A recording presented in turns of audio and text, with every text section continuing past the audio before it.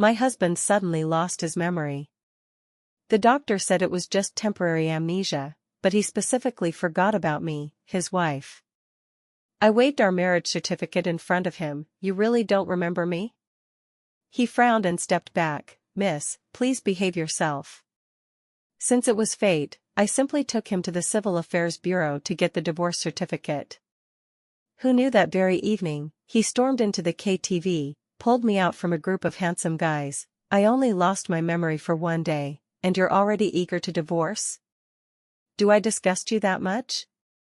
When I pushed open the ward door, Ethan was leaning against the headboard.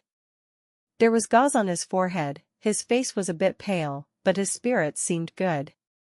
What surprised me was that a strange woman was sitting by his bed. The girl was wearing a dress stained with blood, with Ethan's suit jacket draped over her shoulders. I vaguely remembered her name was Lydia, Ethan's new assistant. "Hello, Mrs. Nina." When Lydia saw me, she immediately stood up to greet me. Her arm was wrapped in a bandage. It seemed she was in the car accident with Ethan. I was about to ask for details when Ethan suddenly frowned. "Mrs. Nina? When did I get married?" The doctor quickly gave the diagnosis: selective amnesia caused by concussion. This memory loss might recover soon or last a long time. The most ironic thing was that he remembered all the company projects and his new assistant Lydia, but solely forgot about me, his wife. In the corridor, Lydia pulled me aside. Her eyes were a bit red, her lips opening and closing as if she didn't know how to organize her words. "I'm sorry, Mrs. Nina, Ethan became like this to save me. Don't be angry, give him some time, he'll remember soon." I glanced at Ethan frowning in the ward and said nothing. Forgetting me didn't change Ethan's life at all, he just couldn't figure out why he married me. I served him the pork rib soup and calmly uttered 4 words: business marriage. Ethan looked at me, puzzled. From what I know about myself, I wouldn't marry someone I don't like. I ignored him and directly opened the design software. Now he was the head of the Goo Corporation. Of course he could say that. 2 years ago, he wasn't. Our marriage was just for mutual benefit. Is our relationship good? My hand paused on the draft, and I lowered my eyes softly. It's average. A roommate relationship where we can sleep together. His expression was hard to describe, and I shrugged indifferently. In the evening, Lydia came over, dressed in more professional attire. She held her computer to report work to Ethan, but both of them glanced at me from time to time. I was always perceptive and knew they found me in the way. I packed up to leave and told Ethan before going that I'd pick him up for discharge tomorrow morning. The second half I didn't say: pick him up for discharge and get divorced along the way. In my marriage with Ethan, he was unwilling from the start. At that time, the Jiang Corporation was in crisis, and my uncle found me right after university graduation, asking if I was willing to marry for alliance. I just said as long as I could help him. When I was 5, my parents died unexpectedly, and I was taken to my uncle's home to live with their family. My uncle ran a company, the family was well off, my aunt was good to me, and materially, I had everything my cousin had. Over the years, I've always been grateful. Now that the Jiang Corporation was in crisis, just needing me to marry someone to solve it wasn't a problem. Before the marriage alliance, my uncle arranged for me to meet the partner, but I only met Ethan on the 3rd try. The first 2 times he didn't show up at all, and I sat alone in the cafe all day. The 3rd time he finally came, with impatience in his brows. I didn't know much about him, only that he was the illegitimate son of the Goo family with no real power, so even if unwilling, he had to come for the marriage alliance. I had prepared myself mentally to accept his impatience, perfunctoriness, or rudeness, but he showed none. After sitting down, his expression inexplicably softened a lot. He leisurely stirred his coffee and asked my name and preferences. We chatted idly for a long time, and the topic even veered to preferred renovation styles and the color of curtains for the master bedroom. It was inexplicable, but I cooperated. 3 months later, we got married. The wedding house was decorated entirely to my liking, even the slippers were rabbit-shaped. On the wedding night, he gave me a card, a car, and the property transfer deed for the wedding house. I thought this was the norm for marriage alliances, but later my aunt told me it was Ethan's way of showing goodwill. My aunt always felt sorry that the Jiang crisis sacrificed my happiness and worried I'd have a bad life after marriage. But later, Ethan behaved well every time we went home together, and he was indeed good to me in life, so my uncle and aunt were relieved and told me to live well with him. After 2 years together, I knew Ethan was a responsible person. Even without feelings for me, he basically fulfilled a husband's duties after marriage. Now the Jiang crisis was long resolved, and we lacked the initial necessary ties. More importantly, he now completely didn't remember me. I didn't know how to interact with him afterward and didn't want to wait in uncertainty for him to remember. Ending here might be a dignified solution for everyone. The next morning, I arrived at the hospital early. Ethan had just gotten up and was stunned for a moment upon seeing me. "So early?" I nodded and started packing his things, taking out the clothes he'd wear today. "Yes, there might be a queue." Ethan went to brush his teeth and wash his face with a puzzled look. The discharge procedures were quick. I took Ethan straight to the Civil Affairs Bureau, and by the door, he seemed to catch on. He leaned back in the seat, watching me take out the documents from my bag, and glanced at me faintly. "The queue you mentioned is for divorce?" I nodded and unbuckled his seatbelt for him. "Yes, now the marriage window is empty, but the divorce window is crowded. We'll miss it if we're late." He grabbed my wrist and squinted. "How come I didn't know I was getting divorced today?" I let him hold it without resisting, instead looking straight into his eyes. "You know now." He said nothing and didn't let go. I advised kindly, "Our business marriage has no feelings. You forgot only me in your amnesia, showing I'm insignificant to you. After divorce, you can be with the person you like." I thought about it and still didn't say Lydia's name directly, fearing Ethan would think I secretly investigated him. But he was willing to risk himself to save Lydia, so he must like her. Ethan let go, frowning and lost in thought. I went around to his side, opened the car door, and pulled him out. "Hurry, I have a client appointment this afternoon." Ethan followed behind me, his voice emotionless. "You seem in a hurry?" I didn't hide it, a bit. "Was I bad to you?" I paused and looked back at him. "Can't you think for yourself if you were good or not?" Ethan fell silent again, a trace of displeasure gradually appearing between his brows. After the procedures, there was still a 1-month cooling-off period, but it was basically settled. The moment I walked out of the Civil Affairs Bureau, I breathed a sigh of relief, followed by a sense of emptiness. Ethan stood beside me, glancing down at me. "Happy now?" The autumn wind suddenly rose, swirling up fallen leaves. I suddenly remembered that the first time I met Ethan was also in such windy weather. It could be considered a beginning and an end. "I called Lydia to pick you up, wait here a bit."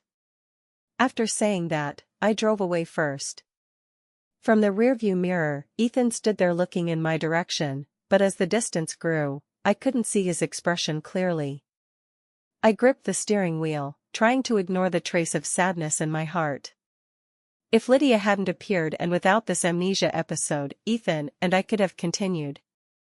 Though without passionate love, there were no ups and downs, just stability in plain life. Initially, the marriage alliance delayed my further studies plan. Later, Ethan used his connections to contact a foreign design master and asked him to take me as an apprentice. For most of that half-year, I was abroad, and he basically flew over to see me, bringing some domestic snacks each time.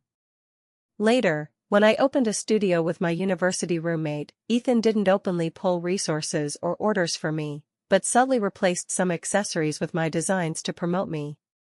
He had a mild temperament, had little contact with the Gu family, and spent most time traveling for work. In these 2 years, our alone time wasn't much. But he was always thoughtful.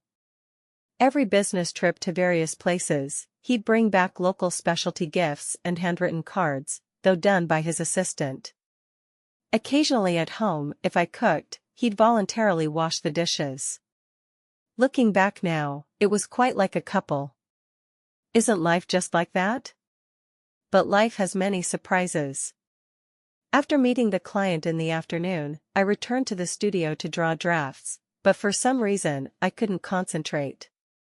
Every time I picked up the pen, Ethan's face flashed in my mind.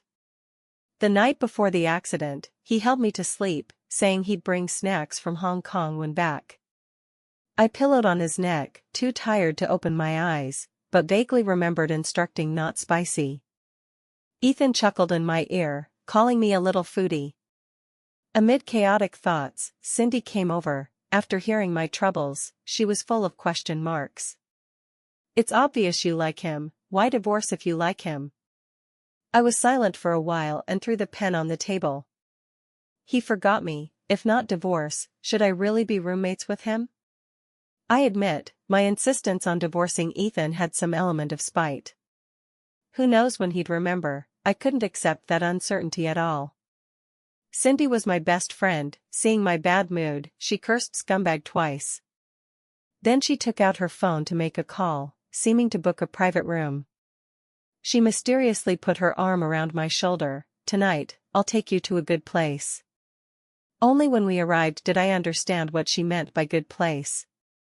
In front of me stood a row of male models, all over 185 centimeters, broad shoulders, narrow waists, varied styles. Cindy tapped the microphone, half standing on the coffee table, eyes bursting with excitement.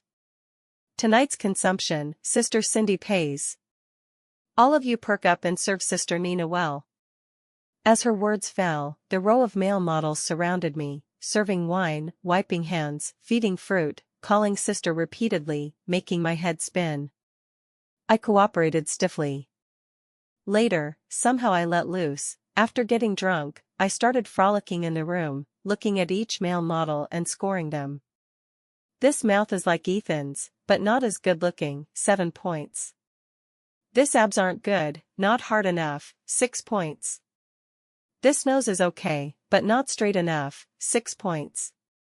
These eyes are similar, but not cold enough, 7 points. After a round, none satisfied me. I pushed everyone away and sat on the sofa, somewhat troubled. Why don't any look like him? Cindy was drunk too, lying in the corner giggling. You're silly, they have no blood relation, how could they look alike? Yes, none of them were Ethan. I sullenly picked up the glass to drink, and in a daze, someone took my cup away. I tried hard to widen my eyes to see clearly, but my gaze couldn't focus, yet that outline looked just like Ethan. I grabbed his collar and pulled him closer. He frowned slightly, even more alike. Ethan always frowned like that, when impatient, thinking, or unhappy. I looked for a long time. The more I looked, the more alike. Then he spoke. Don't even recognize your husband? I didn't hear clearly what he said, just felt the voice was alike too. Suddenly energized, I pulled his tie down and boasted, you look the most like him, 9 points. What's your name? Sister is booking you today. The person laughed, his tone soft with amusement. Book me? Don't believe Sister's ability? Sister has plenty of money. Saying that, I crawled to find my bag, trying to smash him with money, but as soon as I moved, I was picked up. In a daze, I hooked his neck, my nose full of familiar fresh scent. This scent made me feel safe, my head tilted, and I fell asleep. When I opened my eyes again, I was in pajamas lying in Ethan's arms, looking around. It was our home's master bedroom. Last night's events flashed quickly in my mind, and I instantly realized the last one wasn't a male model at all, it was Ethan himself. He took me away. What about Cindy? I quickly got up to find my phone but was pulled back. Ethan hugged me from behind, his voice lazy. Awake? Headache? I pulled some distance. Where's Cindy? She's fine. I opened a room for her in the hotel upstairs. I breathed a sigh of relief. Half relieved, I noticed something new off. Ethan, had he recovered his memory? I stiffly turned my head, meeting Ethan's deep eyes. He had a smile on his lips, and I inexplicably felt guilty. Nina, she's fine, let's talk about us. I pushed him away and rolled to the other side of the bed, trying to regain composure. What about us? Ethan lifted the blanket, got out of bed, fetched a cup of warm water, and handed it to me. When others have a car accident and hit their head, wife's care and comfort. When I do, my wife squeezes time in her busy schedule to divorce me. It couldn't be put that way. Nina, I was amnesic for only 23 hours total, and you completed the procedures. Do you dislike me that much? Average feelings, sleepable roommate relationship, that's how you define me. You want divorce that badly? In these 2 years, you really have no feelings for me? 3 extreme questions in a row. I didn't know which to answer first. Then suddenly realizing, my head hurt badly from the hangover. I put down the cup, held my head, almost blurting "Master, stop chanting," but held back. Ethan came closer, his warm fingertips gently pressing my temples, his tone softening. Poor alcohol tolerance, yet drank so much. I glanced at him and waved his hand away. Don't be unreasonable. It was you who forgot me in amnesia, remembering only others. Ethan was silent for a moment. I thought he'd argue, but he directly apologized. Sorry, it's my fault, I forgot the most important person. Well, such straightforwardness left me speechless. While I was thinking what to say next, his phone rang. With my 2.0 vision, I immediately saw the caller ID, Lydia. Ethan frowned and hung up. It called again, several times in a row.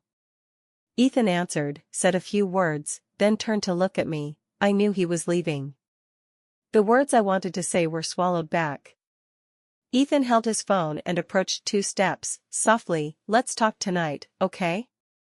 I looked at him for a while and nodded. As soon as Ethan left, I immediately followed suit. Talk about what? We're divorced, I won't talk. It's not like only he has work, I'm busy too. Who has time to wait in place for his explanation?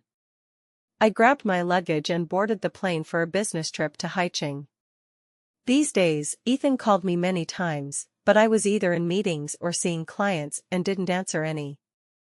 I didn't want to call back, just left him a message, very busy, do not disturb. Later, while dining with clients, I accidentally saw the news that Ethan was removed from his position, and the Goop Corporation was now taken over by his second uncle Victor. Recalling his hasty departure that day, it turned out the company really had issues. The dinner lasted late. When we came out, it was raining outside. The cool wind carried moisture into my neck, dispersing some alcohol haze but making me shiver with cold. On rainy days, it's hard to get a cab. I stood downstairs for a while with no driver accepting. Still no cab? Jason came out from the lobby. He was my biggest client on this Haicheng trip. I glanced at my phone screen and smiled, almost. If my designated driver arrives first, Miss Jiang, why not take my car back to the hotel? It's on the way. Looking at the unmoving queue on the screen, I was about to agree when a low voice suddenly intruded, Nina. Looking up, Ethan in a black trench coat, holding a large umbrella, walked over. His refined, deep brows and eyes half hidden in the night, water mist spreading from splashes beside him, he approached step by step, as if in clouds and fog, and I was momentarily stunned. Before I recovered, he stepped between Jason and me, half embracing me, and extended his hand to Jason. Hello, I'm designer Nina's husband. A flash of surprise in Jason's eyes, he paused before lightly shaking Ethan's hand. After a few pleasantries, Ethan took me away. His car was parked just a few steps away, but the rain was heavy, enough to splash pants in those steps. I was puzzled. Why didn't you drive over? Ethan glanced at me, his tone sour. If I drove over, how would he know I'm your husband? What if he took me for a driver? Who the hell drives a Maybach for rides? Besides, we're divorced. I corrected, ex-husband. Ethan started the car. We haven't gotten the certificate yet, you're so eager? I turned to look out the window. Isn't this the cooling off period? Calm down, reconsider me, and make do with me. How come I never noticed Ethan was quite rogue before? At the hotel, Ethan followed me to the room door. I blocked him outside. Don't come in, it's not appropriate. He looked down at me. What's inappropriate? That night you were drunk, didn't you say you'd book me? Touching, kissing, hugging me, now it's not appropriate? Nina, even if you see me as ex-husband, you can't start and abandon me. He said all the good and bad words. I couldn't be bothered and went to close the door, but he wedged a foot in. I won't come in, just one question, okay? Seeing no reaction, he withdrew his foot. That day you took me to divorce, saying I could be with the person I like. What did you mean? Who do you think I like? He's asking me? With some alcohol in me, my temper flared. Don't ask me, first explain your relationship with Lydia. Every time a call can summon you away. In the accident, you hit your head but pushed her away. In amnesia, you forgot your wife but remembered her. Tell me, how should I understand your relationship? Ethan's brows furrowed tighter, but he didn't respond for a while. Annoyed, I pushed him out and closed the door. The next day, I pushed my suitcase out, only to find Ethan already waiting at my door, an envelope between his fingers. Seeing me, he stood straight, tone sincere. Nina, I won't argue, these misunderstandings are my fault, I didn't give you enough security, this is my self-criticism letter. About Lydia, we're just ordinary superior subordinate, back in Jing City, I can explain everything. I didn't understand then why only back in Jing City, until landing when Lydia picked us up with a 4-year-old daughter. Only then did I know Lydia was a single mom, once a strong woman who gave up her career for marriage and family, but after family breakdown, had to return to work. But years of disconnection had made her lose competitiveness in the workplace. Being alone with a child made many companies avoid her. Later, Ethan chanced upon her resume, gave her an opportunity, which she seized and performed excellently. Women in the workplace are already hard, even more so for her returning after disconnection, the efforts behind need no mention. Like that day, she was supposed to attend a kindergarten parent-child activity but rushed to report to Ethan due to project issues, then met the accident. I suddenly understood why Ethan pushed her away. Before being recognized by the Gu family, Ethan was raised single-handedly by his mom. No one understood the hardships of single moms better than him. Sitting in the back seat, Lydia's daughter suddenly climbed onto my lap, cooing, "Auntie, you're so pretty." I pinched her cheek, remembered a peace buckle pendant in my bag, took it out, and hung it on her neck. "This is Auntie's meeting gift. Be safe and sound." Lydia dropped us home and left. After getting out, Ethan held me. "Do you still want to divorce me?" Before I spoke, he continued, "No divorce, before, you tricked me, doesn't count." "Me? When did I trick you?" He asserted, "You lied saying our feelings are average, we're just roommates, took advantage of my amnesia to divorce. See, if you take me now, would I go? Isn't that tricking?" Such weird logic. He stepped closer, suddenly grabbed my hand and placed it on his abs. "Didn't you complain others' abs aren't hard enough? Mine are, touch as much as you want." In broad daylight, in the yard, saying such wild words. I shook off his hand and ran inside. My life with Ethan returned to normal, no one mentioned divorce again.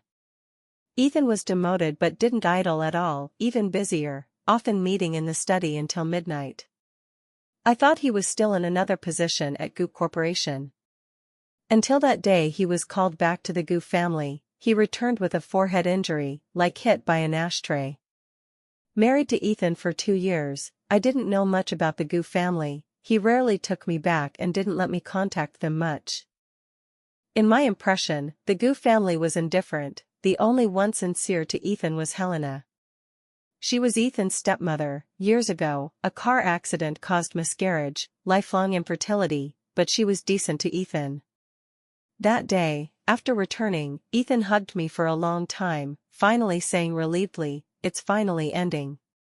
I was only concerned about his injury and didn't ask details. Until 2 weeks later, the goo group collapsed, quietly acquired by an overseas company.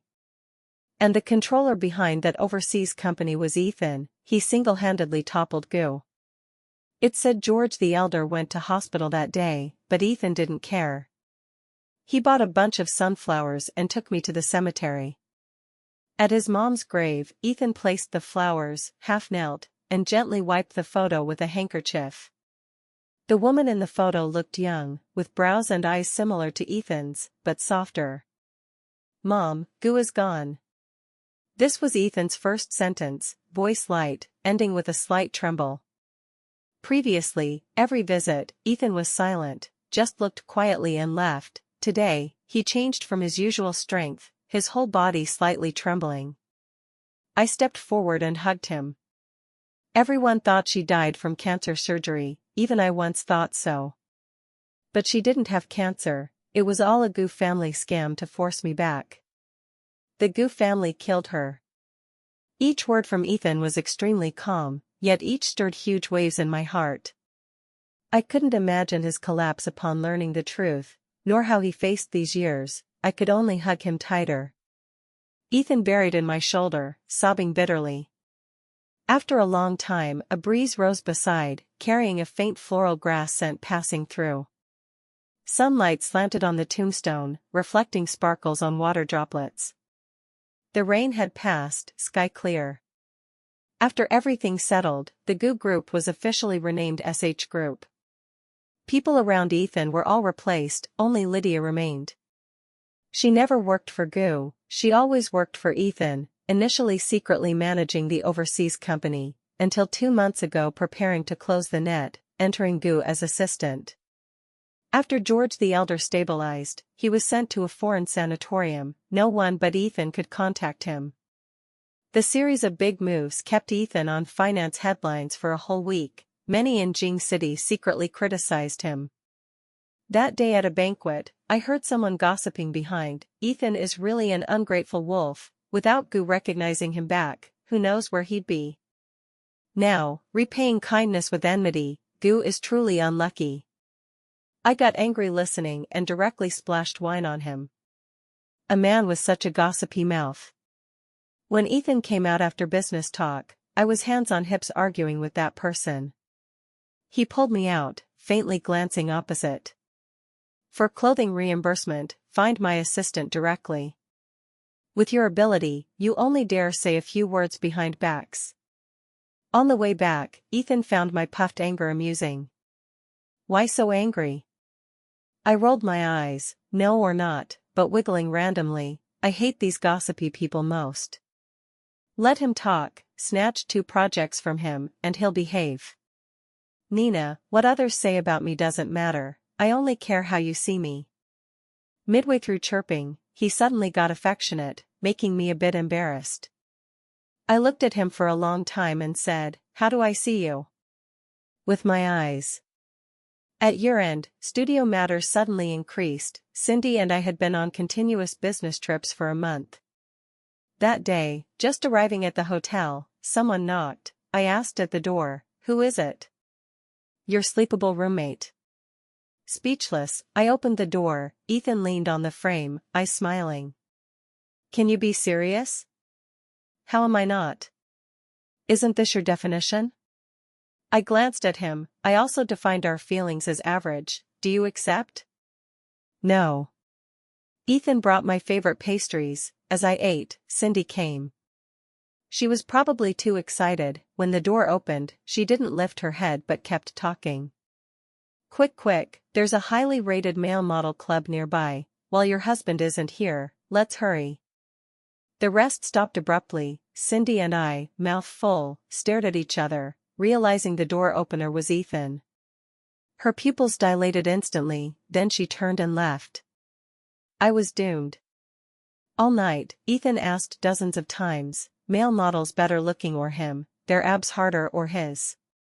Tossed until midnight, I fell asleep. In a daze, Ethan got up to answer a call. then woke me. His expression grave. We need to go back to Jing City, Aunt Shen had an accident. In my impression, Helena was gentle, loved wearing qipao, well-maintained, always elegant and refined whenever seen. She said women can age but can't stop loving beauty. So when I saw that blood-covered body, it was hard to accept at once. After Gu collapsed, Victor disappeared. Helena somehow learned his whereabouts and drove to kill him. Ethan said the accident years ago causing her miscarriage and infertility was deliberately arranged by Victor to seize inheritance. These years, he searched for evidence but no progress, those things were long destroyed. So Helena chose such a tragic way to retaliate.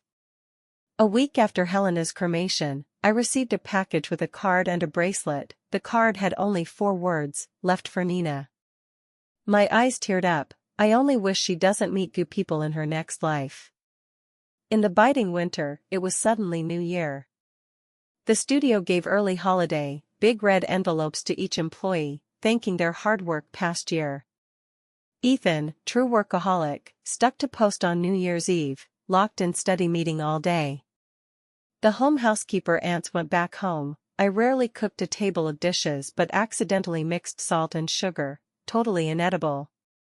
Ethan first forced compliments, finally put down chopsticks. How about eating out? I shook my head, went back to kitchen, found 2 instant noodles. On family reunion night, Ethan and I sat in living room watching Spring Gala while eating instant noodles. He was quite happy. Is this a new flavor? How come different from before? I stiffened. Not expired, right? Actually not. I added vinegar to his bowl. This morning, Jason sent a normal New Year greeting, seen by him, then he used it as excuse to toss me again. Loves jealousy, so eat more vinegar. The spring gala was ending, I was drowsy, turned head and it was snowing outside.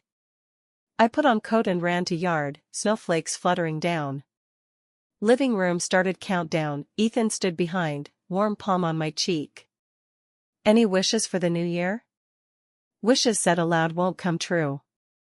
Ethan smiled, tone lazy, try wishing to me, guaranteed to work. I turned back, a snowflake landed on Ethan's lashes. I tiptoed and kissed him. New Year bells rang, distant horizon exploded with brilliant fireworks. I silently wished in my heart. New Year begins, peace in all seasons.